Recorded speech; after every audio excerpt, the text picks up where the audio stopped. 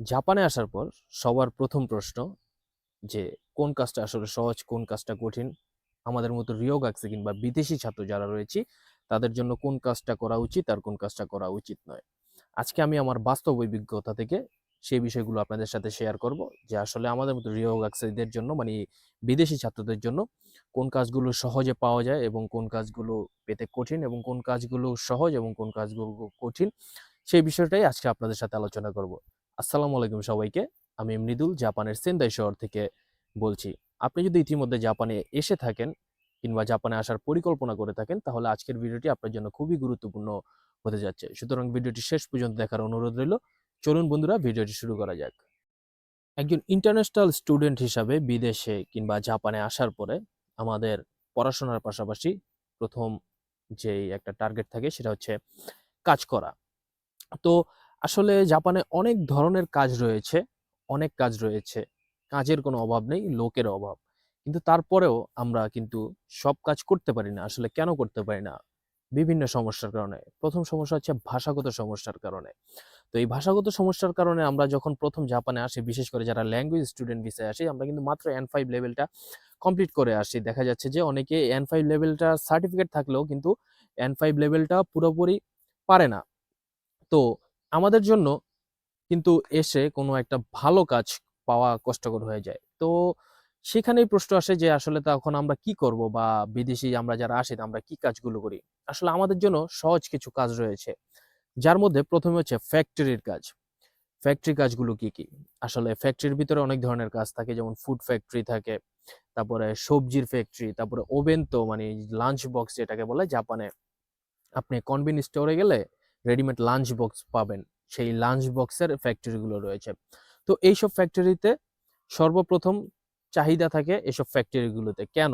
এই ফ্যাক্টরিগুলোতে কিন্তু আপনার যেই ভাষাগত দক্ষতা, জাপানিজ ভাষা একদম লাগে না বললেই চলে। কারণ কি, আপনি যাবেন, যাওয়ার পরে আপনাকে একটা নির্দিষ্ট টেবিল দিয়ে দিবে।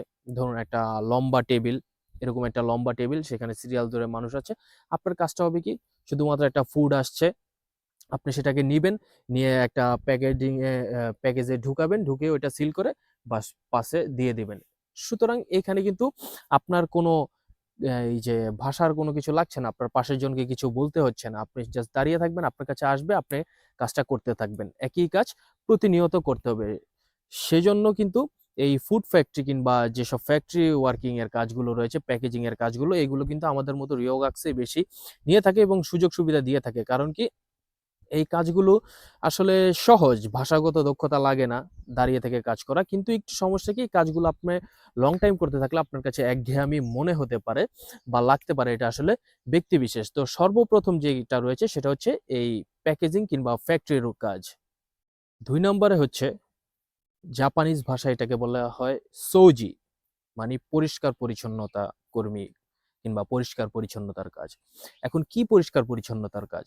এটা হতে পারে কোনো হসপিটালের ক্লিনার, কিংবা কোনো মলের, শপিং মলের ক্লিনার, কিংবা কোনো দোকানের, কিংবা যেকোনো ক্লিনার, পরিষ্কার পরিচ্ছন্নতা কর্মী, যেটার কিন্তু জাপানে অনেক ডিমান্ড রয়েছে। কিন্তু আসলে ঐরকম লোক নেই। লোক না থাকার কারণে হয় কি, আমাদের মতো রিওগাক্সি কিংবা বিদেশি স্টুডেন্ট যারা রয়েছি তাদেরকে কিন্তু এই সেক্টরের যারা লোকগুলো রয়েছে, মানে যারা এই সেক্টরে জবগুলো দিয়ে থাকে, তারা কিন্তু আমাদের মতো ইন্টারন্যাশনাল যেসব স্টুডেন্ট রয়েছে তাদেরকে এই জবগুলো দিয়ে থাকে। এই কাজটা একটু তুলনামূলক সহজ। তুলনামূলক কি, অনেকটাই বলা চলে সহজ।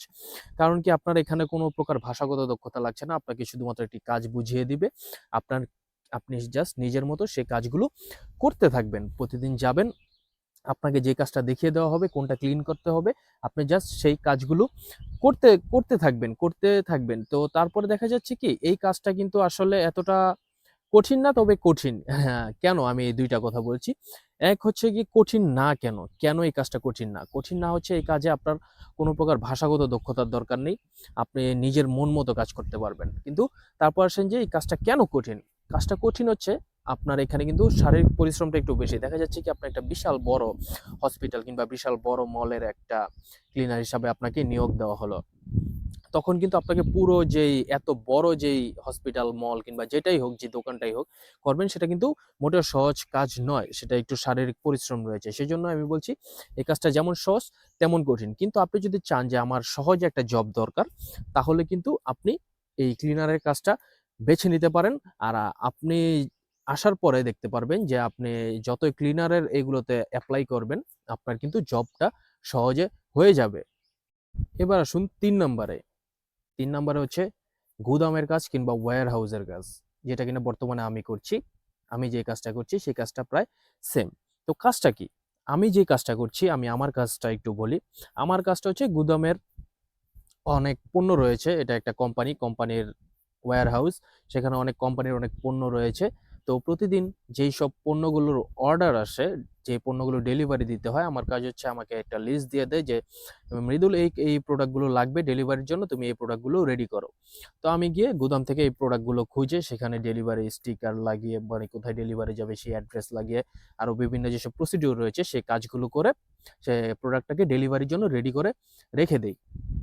তো এইটা হচ্ছে আমি যে কাজটা করছি সেই কাজটা। এখন অনেক গুদাম রয়েছে, অনেক গুদামে অনেক পদের লোক রয়েছে। মানে অনেক পদে আপনাকে নিয়োগ দিতে পারে। আমার যে কোম্পানি রয়েছে সেখানে এই পদটা খালি ছিল।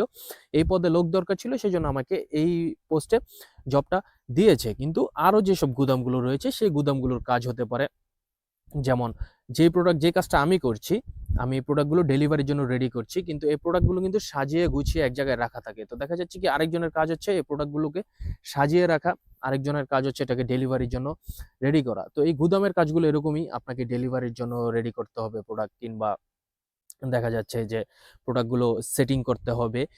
এইসব জাতীয় কাজগুলো হচ্ছে গিয়ে গুদামের কাজ। আর আরেকটা কাজ রয়েছে, জাপানের সবথেকে বড় কোম্পানি রয়েছে একটা কোম্পানি, সেটাকে বলা হয় জাপানিজে ইয়ামাতো। ইয়ামাতো হচ্ছে জাপানের এখন ১ নম্বরের সবচেয়ে বড় কোম্পানি জাপানের ভিতরে, পুরো জাপানের ভিতরে। যারা কিনা একটা ট্রান্সপোর্ট কোম্পানি, ওনারা ডেলিভারি বিভিন্ন প্রকারের কাজ করে থাকে। তো এই ইয়ামাতোতে কিন্তু জব পাওয়া অনেক সহজ। আপনি যাওয়া মাত্রই জব পেয়ে যাবেন। কারণ কি, এইসব গুদাম কিংবা এই যে ট্রান্সপোর্ট ডেলিভারি রিলেটেড কোম্পানি যেগুলো রয়েছে, এগুলোর কাজ হচ্ছে কি অনেক প্রোডাক্ট আসে। আপনার কাজ শুধু প্রোডাক্টগুলোকে বেল্টের ভিতরে দিয়ে দেওয়া। ধরুন একটা প্রোডাক্ট আপনি নিলেন, নিয়ে সেটাকে বেল্টে দিয়ে দিলেন জাস্ট। আপনার কাজ এতটুকুই। তো এই কাজগুলাতে শারীরিক পরিশ্রম রয়েছে। তবে একটু মজা, মানে একটু সহজ জিনিস যেই ব্যাপার রয়েছে সেই ব্যাপারটা হচ্ছে এখানে আপনার কোনো জাপানিজ ভাষা লাগছে না।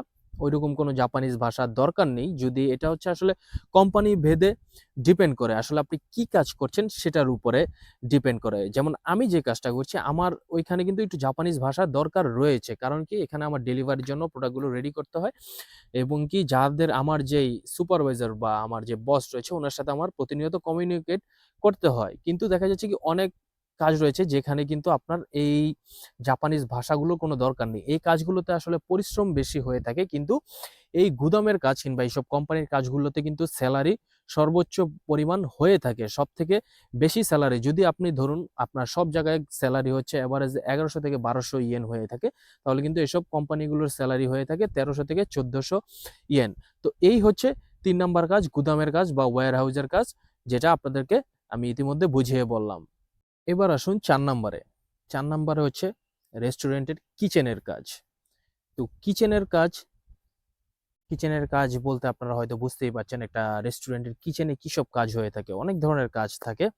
তো আসলে কোন রেস্টুরেন্টে জব করছেন এটার উপরে ডিপেন্ড করে। আসলে জাপানে অনেক এমন রেস্টুরেন্ট রয়েছে যেগুলো আসলে অনেক বড়, দিনরাত ২৪ ঘন্টা সেখানে কাজ, মানে রেস্টুরেন্ট খোলা থাকে, কাজ চলে।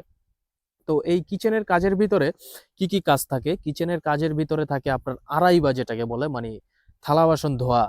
তো থালা বাসন ধোয়া আসলে আমাদের দেশের মতো সিস্টেম নয়। থালা বাসনগুলো আপনি মেশিনের ভিতরে ধুবেন, সেই কাজগুলো। তারপরে কারো কাটাকাটি, কারো রান্না-বান্না, মানে কিচেনের ভিতরে যেসব কাজগুলো থাকে সেটা হচ্ছে রেস্টুরেন্টের কিচেনের কাজ। এই কাজটাতেও কিন্তু আপনার জাপানিজ ভাষাগত দক্ষতার তেমন প্রয়োজন নেই।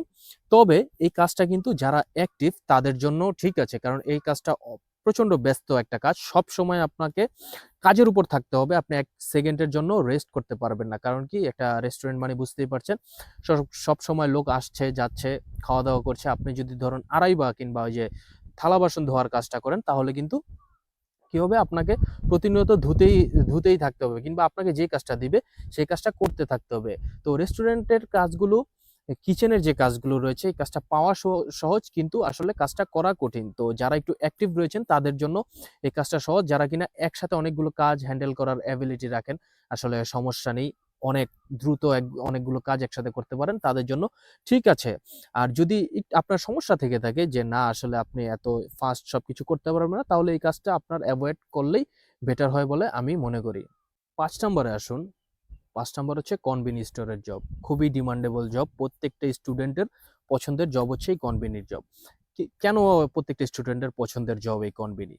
জাপানে অনেক ধরনের কনভেনিয়েন্স স্টোর রয়েছে, যেমন 7-Eleven, লসন, ফ্যামিলি মার্ট, তারপরে নিউ ডেস, এইরকম মিনি স্টপ, এরকম অনেক কনভেনিয়েন্স স্টোর রয়েছে। আর এই সব স্টুডেন্টরাই চেষ্টা করে যে এইসব কনভেনিয়েন্স স্টোরগুলোতে ঢোকার। কারণ কি? এই কনভেনিয়েন্স স্টোরগুলোতে আসলে কাজ অনেক তুলনামূলক অনেক সহজ। কেন সহজ বা কি কাজ এই কনভেনিয়েন্স স্টোরগুলোতে? কনভেনিয়েন্স স্টোরগুলোতে কাজ হচ্ছে জাস্ট দাঁড়িয়ে থাকবেন। কনভেনিয়েন্স স্টোরগুলোতে আসলে সব প্রোডাক্ট সাজানোই থাকে। কাস্টমার আসবে, নিজের মতো করে প্রোডাক্ট নিবে। প্রোডাক্ট নিবে, এসে আপনার কাছে আসবে, আপনি কাউন্টারে থাকবেন, আপনার শুধু স্ক্যান করে বিল করতে হবে। আবার অনেক ক্ষেত্রে দেখা যাচ্ছে কি আপনাকেও বিল নাও করা লাগতে পারে, কারণ কি সেলফ সার্ভিস থাকে যেখানে কিনা কাস্টমার নিজেই প্রোডাক্ট নিবে, নিজেই তারা মেশিনে এসে নিজের প্রোডাক্ট স্ক্যান করে নিজের কত টাকা বিল হয়েছে সেটা তারা নিজেই মেশিনে পে করে চলে যাবে। আপনি জাস্ট ওইখানে দাঁড়িয়ে থাকবেন, শুধু দেখবেন। আর ধরুন এই যে একটা কাস্টমার একটা প্রোডাক্ট নিল, এই জায়গাটা খালি হয়ে গেল, এখানে আপনি জাস্ট আরেকটা প্রোডাক্ট দিয়ে দিবেন। এই কাজগুলো হচ্ছে কনভেনিয়েন্স স্টোরের কাজগুলো। কিন্তু এই কনভেনিয়েন্স স্টোরের কাজগুলো পাওয়াটা একটু কঠিন, কারণ কি এখানে জাপানিজ ভাষার দক্ষতা আপনার প্রয়োজন রয়েছে।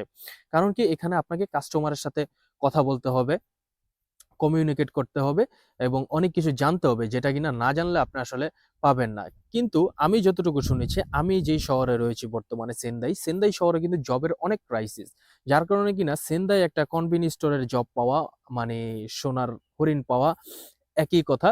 কিন্তু আমি যতটুকু শুনেছি অন্যান্য শহরে আসলে এই কনভেনিয়েন্স স্টোরের কাজগুলো সবাই করতে চায় না, সবাই কোম্পানির কাজগুলো খুঁজে। কারণ কি কনভেনিয়েন্স স্টোরে আসলে স্যালারিটা একটু তুলনামূলক কম হয়ে থাকে, ১০০-২০০ ইয়েনের পার্থক্য হয়ে থাকে, যে কারণে অন্যান্য শহরে আমি যতটুকু শুনেছি যে কনভেনিয়েন্স স্টোরের কাজ আসলে করে না। তবে যারা মেয়ে রয়েছে, মেয়েদের জন্য এই কনভেনিয়েন্স স্টোরের কাজগুলো একদম পারফেক্ট কাজ।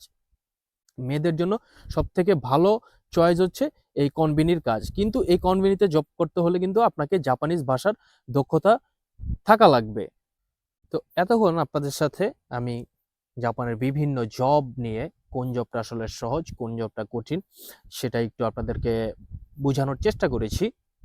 আশা করি আপনাদেরকে কিছুটা হলেও বুঝাতে পেরেছি। সর্বোপরি একটা কথা কি, আসলে জাপানের কোনো কাজই সহজ নয়। জাপানে বসে থেকে কোনো কাজ আপনি করতে পারবেন না, এটলিস্ট স্টুডেন্ট অবস্থায়। বসে থেকে কোনো কাজ নেই, সব কাজ দাঁড়িয়ে। আর জাপানের কোনো কাজই সহজ নয়। কারণ কি খুব স্ট্রিক্ট রুলস, আপনাকে নিয়ম মানতে হবে, খুব টাইম মেনটেন করতে হবে, টাইমের প্রতি অনেক সচেতন থাকতে হবে।